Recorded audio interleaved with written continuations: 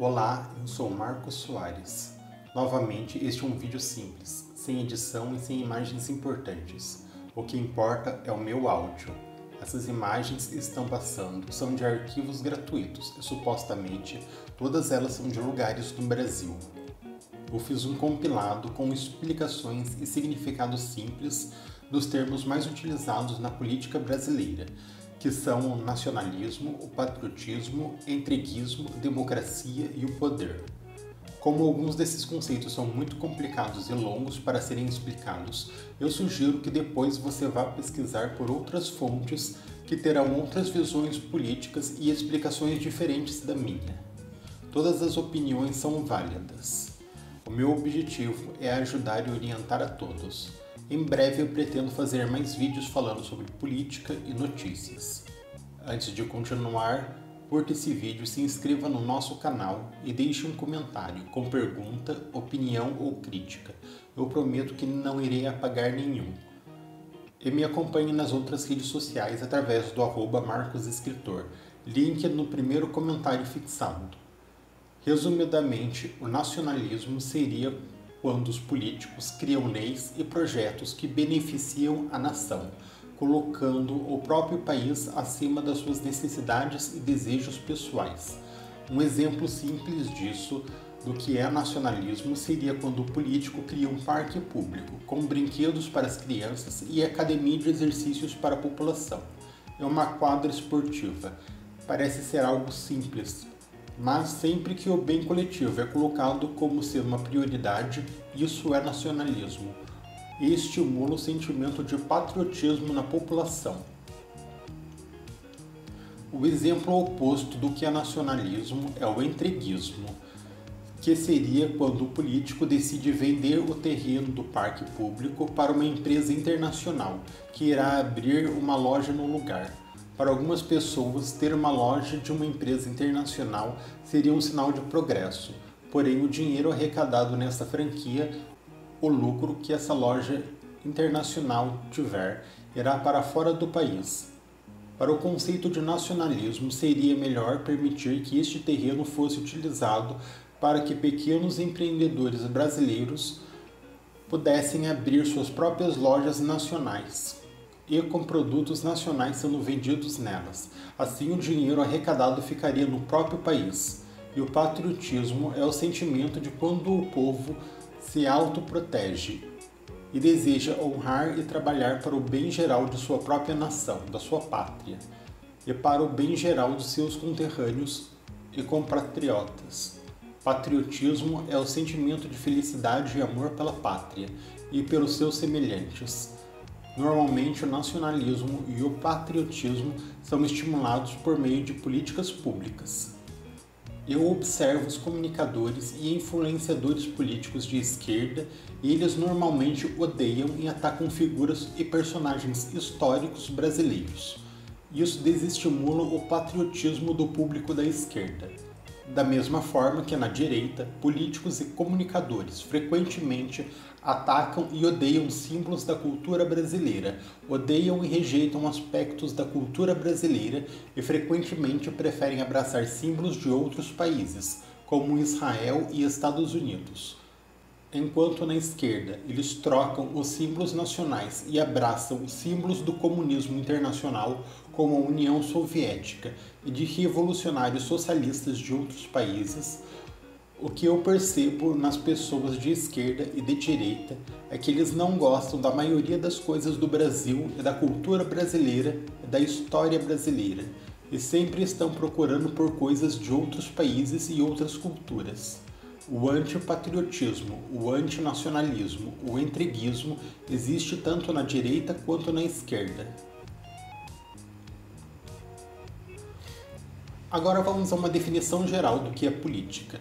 Existem explicações diferentes para definir o que é política, e ainda mais explicações diferentes dizendo qual é a forma correta de se fazer política. Primeiramente, vamos definir o que é política. Política vem do grego politikos, que significa assuntos relacionados à administração da polis, a cidade. Política significa ciência da gestão de pessoas na sociedade. lidando com grupos sociais que podem ter interesses conflitantes. A política é definida pelo coletivo de indivíduos de uma sociedade em um determinado tempo. E como as pessoas mudam, a forma de se fazer política também muda. Em relação à política, o certo e o errado são pontos de vista, pois as ações e decisões dos políticos podem surtir consequências a longo prazo imprevistas, e com o passar do tempo serem julgadas de forma diferente por aqueles que não a vivenciaram na época, sendo tomada ou a mente coletiva da sociedade se alterou e passou a julgar as decisões do passado de forma errada. Por exemplo, antigamente era política de Estado exterminar povos indígenas para tomar suas terras e existia a escravidão. Existem coisas em nossa sociedade atual que são normais e no futuro serão consideradas erradas e primitivas.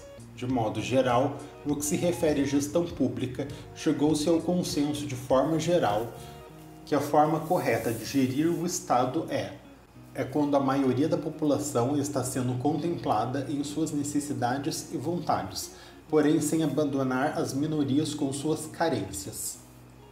Agora vamos falar sobre o poder. Poder é controle, poder é influenciar pessoas e acontecimentos.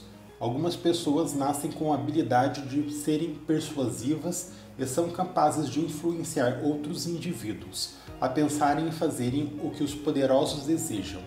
Ser naturalmente carismático e bom em argumentação e convencimento são habilidades muito bem-vindas em políticos, vendedores e chefes de empresas. Frequentemente, grandes líderes são bons manipuladores. Em nossa sociedade, em nossa história, líderes que obtiveram a grandeza eram carismáticos e exerciam um poder e persuasão e exalavam uma áurea de interesse à sua volta. Muitas pessoas dizem que políticos devem ser inteligentes, sábios, cheios de cultura e conhecimento, com boas intenções, ser honesto, justo e leal. Outros diriam que o líder deve ser nobre, digno e corajoso. Porém, nenhuma dessas boas qualidades servem se ele não for capaz de convencer as pessoas a fazerem qualquer coisa. Tem pessoas que nascem privilegiadas e, apesar de não serem boas em convencerem os outros, têm muito poder de controlar as pessoas e acontecimentos, seja por dinheiro ou posses, fama ou medo. Muitas vezes, pessoas que individualmente não possuem muito poder se reúnem em organizações que são basicamente clubes para ricos e se articulam como poderão juntas controlar as pessoas e a sociedade. E apesar disso parecer uma teoria da conspiração, na verdade é algo bem comum e acontece com frequência. Muitas vezes esses clubes de poderosos, essas organizações não são secretas. Seus membros são bem conhecidos, porém seus desejos continuam sendo os mesmos, que é ter mais dinheiro, mais poder e controlar mais a sociedade. É possível que uma pessoa que nasceu sem poder nenhum, com o passar do tempo, muito estudo e observação do mundo, com a ajuda dos outros, possa ter algum poder e passa a ser capaz de influenciar as pessoas. Agora, o que é democracia? A palavra democracia vem do grego, demokratia. Demos significa povo e kratos significa poder. Democracia literalmente significa poder do povo, ou poder popular, ou até mesmo poder dos cidadãos, ou até mesmo algo como sendo governo para o povo. A democracia no Brasil consiste que todos os cidadãos brasileiros têm seus direitos políticos ou pelo menos votarem em candidatos com ideias e propostas que o povo gostaria que os representasse. Os políticos são um reflexo da população. Muitas vezes o político que ascende ao poder não se parece com a maioria dos seus eleitores, porém conseguiu convencer o seu público que é a melhor escolha do que os outros candidatos. Atualmente, no Brasil, nós vivemos o que é chamado por alguns de democracia burguesa, onde os burgueses, a classe mais rica e privilegiada, controla a política, pagando altos valores em campanhas publicitárias para eleger os seus candidatos favoritos. Novamente, eu peço que curta esse vídeo e se inscreva no nosso canal e deixe um comentário com uma pergunta, opinião ou crítica. Eu prometo que não irei apagar nada.